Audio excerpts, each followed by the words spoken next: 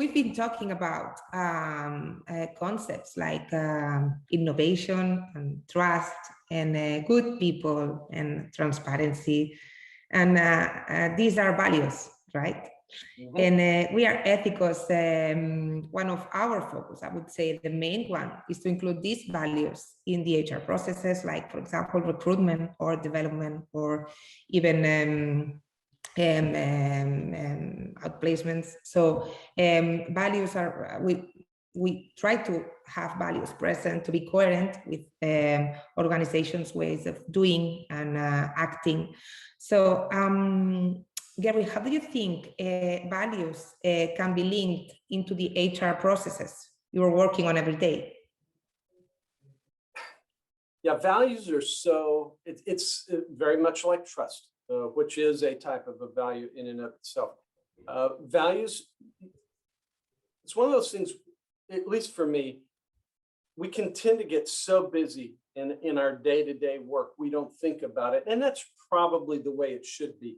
But I think the key is, on occasion, step back and think, be mindful of what is it I'm trying to do here, and who is it going to impact, and does this convey the organizational values, the organizational culture that we are trying to convey? Because in HR, we're leaders by definition.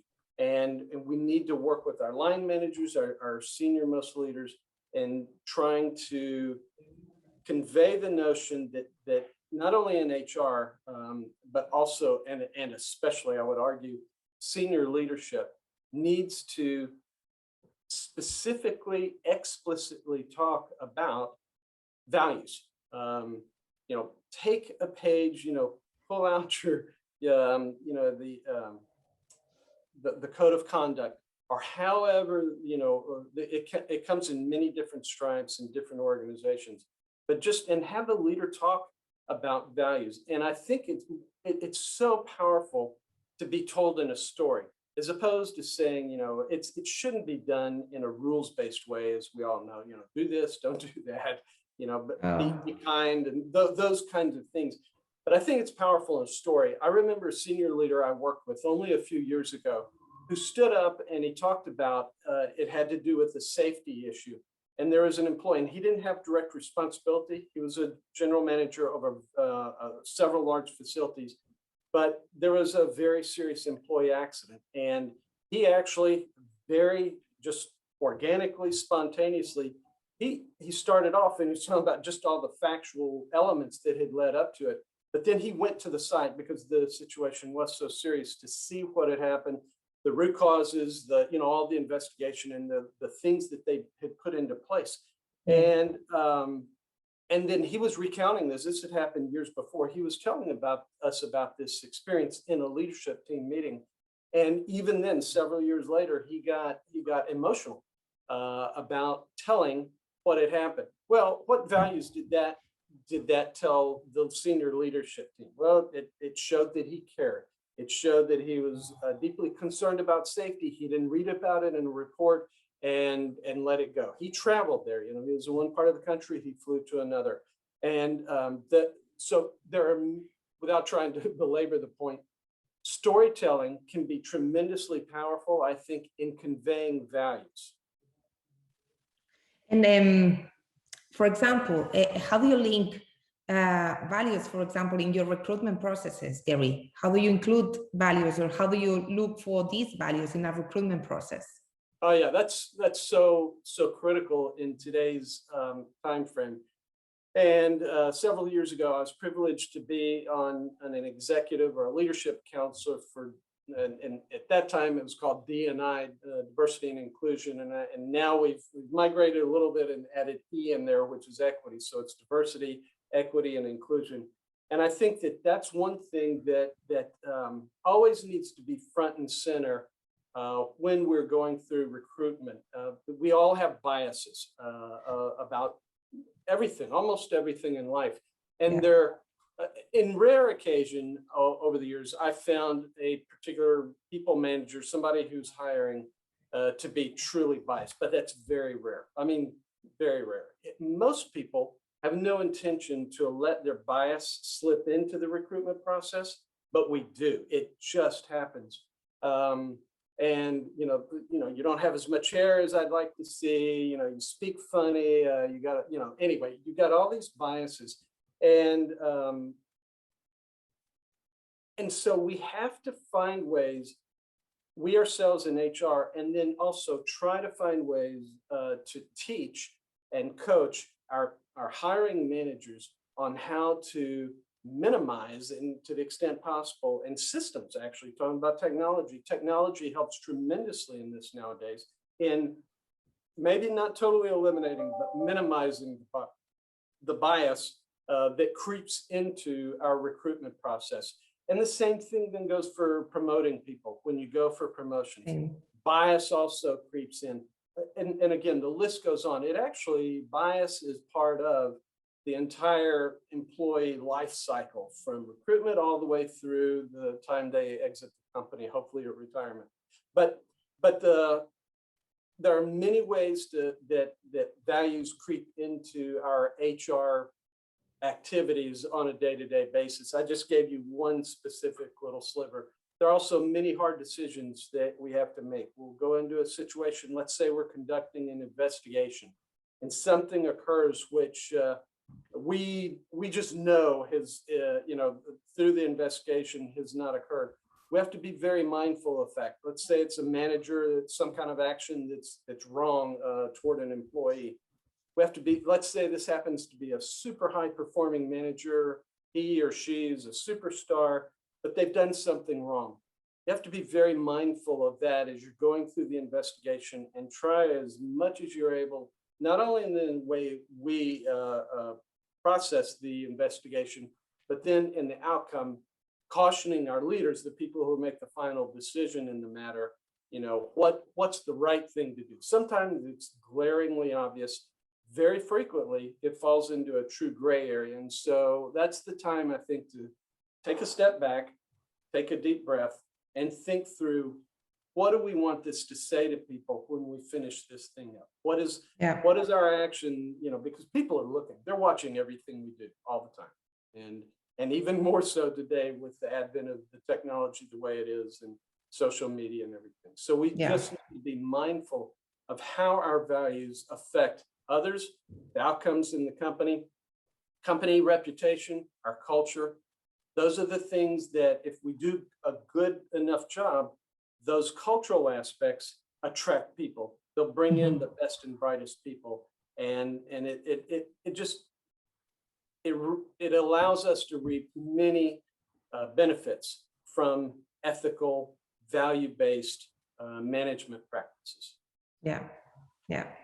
That's why it's so important, this coherence, right? If we are tracked by some kind of culture or values, then they have to be really put in action in the day-to-day, and look for this coherence and act that way. So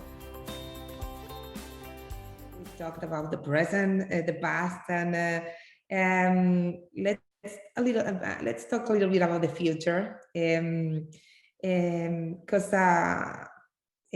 talking about this, how would you like to see organizations in the future? So how might organizations be and behave in an ideal world you want for your grandchildren, for your son, or for your daughters? I know you're a really quite family person, right? And so how would organizations behave and act in this ideal world for your family? Well, as a brand new grandfather, you're absolutely right. As a brand new grandfather, although he lives over 1,000 miles away, unfortunately, thankfully with technology, FaceTime, we're able to see him frequently. But we have children, and like I just mentioned, a new grandchild. I would hope that a lot of the efforts that businesses now have embarked on, especially enlightened businesses, where you have meritocracy, people are being hired and promoted and given opportunities to achieve, to excel based on what they contribute. And, I'd like to find opportunities to minimize bullying. There's a Yeah. lot, at least in the US, there's a great deal written about in the past many years about bullying in the workplace. And these can take the form of big transgressions and then small things that are, what I think are frequently called now microaggressions. And so find ways, and that'll never go away. We're humans, I'm not trying to be unreal in this situation. And yet at the same time, try to find ways to help people to bridge that gap to invoke our better selves when we're interacting with other colleagues, and hopefully that spills over into our human lives. I think that's actually a call to the entire world. But that sounds like a kind of a Pollyanna-ish approach, and I realize that.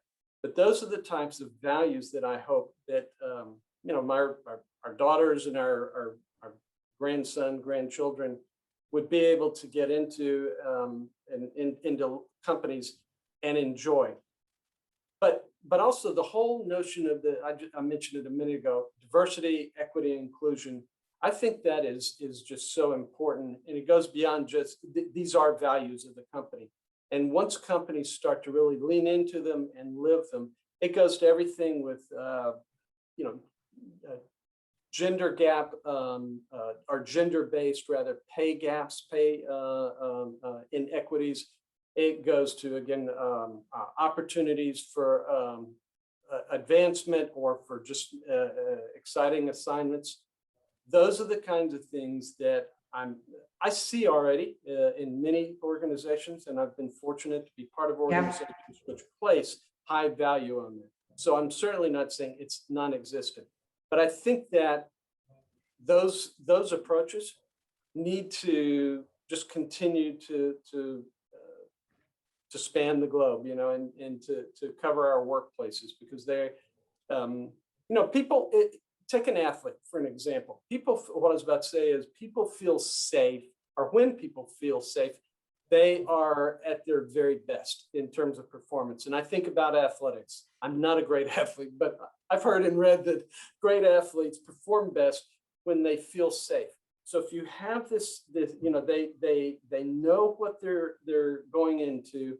They have the mental state, and obviously in athletics, you're talking about physical talent. But they feel like they have, if it's in a team environment, their backs are covered. The team works together. And in that type of situation, you feel safe and you're typically able to give your very best performance. It doesn't mean no corrective actions need to be taken. The best of the best always are worrying about making themselves better. So it's self-correction, and also correction from others, whether it's your boss or peers or even your subordinates. But the whole notion of providing adequate protection for employees to be able to do what they do, it gives, as opposed to an environment which is borderline hostile, that's when people do their very best. So once we get to a place, which I think is a long time in coming, but we can minimize those types of situations, that's where I think our kids, our grandkids will be able to continue to flourish. Okay. Yeah. Actually, I think we have talked sometimes about the importance of know our whys, know your whys, right? And actually, the why, my why, when I created Ethicos is my children, basically, because I really wanted to have another kind of organizations for my children, organizations more human, values-based management, safe, So that was my why when I created Ethicos. So fully agree with you, Gary. In your processes, Gary, you have worked with different kind of organizations. So, and based on your experience, what are the most demanded values in the market right now?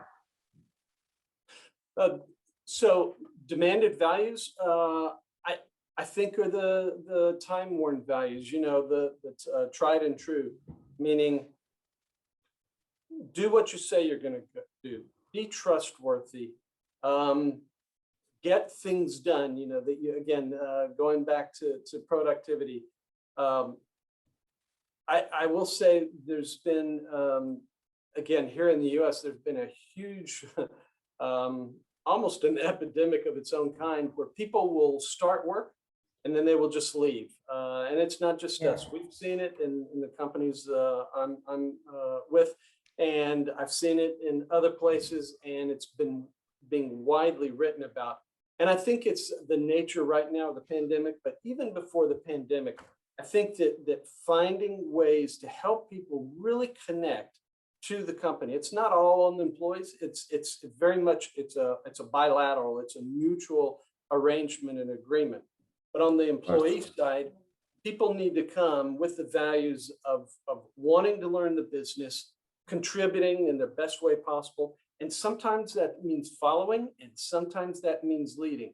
Even, you know, you read a lot about CEOs and other types of organizational leaders of businesses, nonprofits, governmental institutions.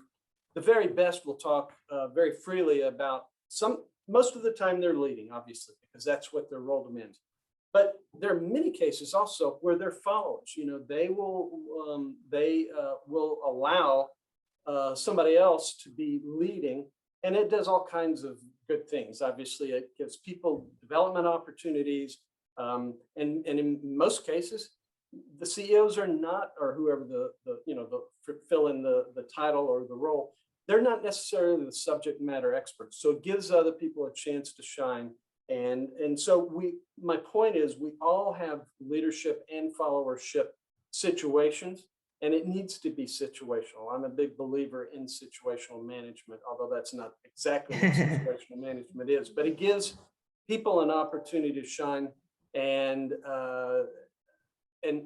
that's a value in and of itself. I feel like that if it's shown from the top, people will more readily assume leadership roles, as opposed to the more traditional, what we used to think of in the old days, and it still exists in many companies, hierarchical leadership, and everybody just falls in line. And again, situationally, sometimes that's needed, but more often than not, I think leadership and followership is a more fluid concept in today's market.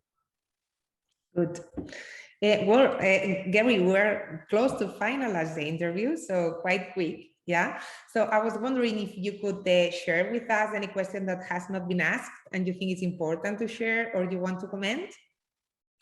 Sure. Well, let me just follow up. The last question I just thought of as I was finishing up, and I in addition to the values, the skills are so critical. And every industry needs different types of skills, but two that just seem to be in constant demand are digital capabilities, people's ability to use a computer or some type of technology. So the digital capabilities are absolutely critical, as are good communication skills. Those are always in favor, and they're very much needed now. So to ask you, or to answer very specifically, so you asked me about two questions. I would not phrase these as questions. I would phrase these as two things for us to continue to keep top of mind at any level within the organization. And I'm a big fan of knowing your why. Why are we doing what we're doing? And you can apply that to the big things in life. You're going to, who am I going to marry, and why am I going to marry him or her, or as a partner? Those big questions in life, as well as in the very specific business instance. Why are we embarking on this project? And I know that sounds really basic, but I've seen in many large projects, sometimes we forget our why, and even small projects as well. So keeping that in mind, and just occasionally sitting back and forcing the dialogue, why are we doing this? Why am I choosing to do this? I think that's very helpful to focus your intention on the objective.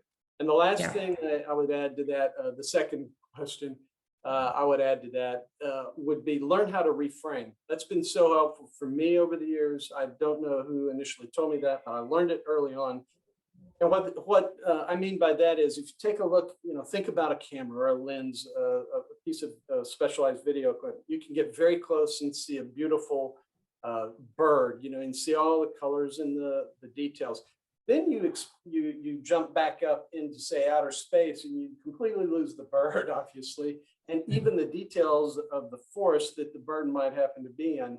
But you see the beautiful broad strokes of the cloud formations, all the continents, the oceans, so you see the big picture. And so, what does that mean? I think, in context of our business lives, it means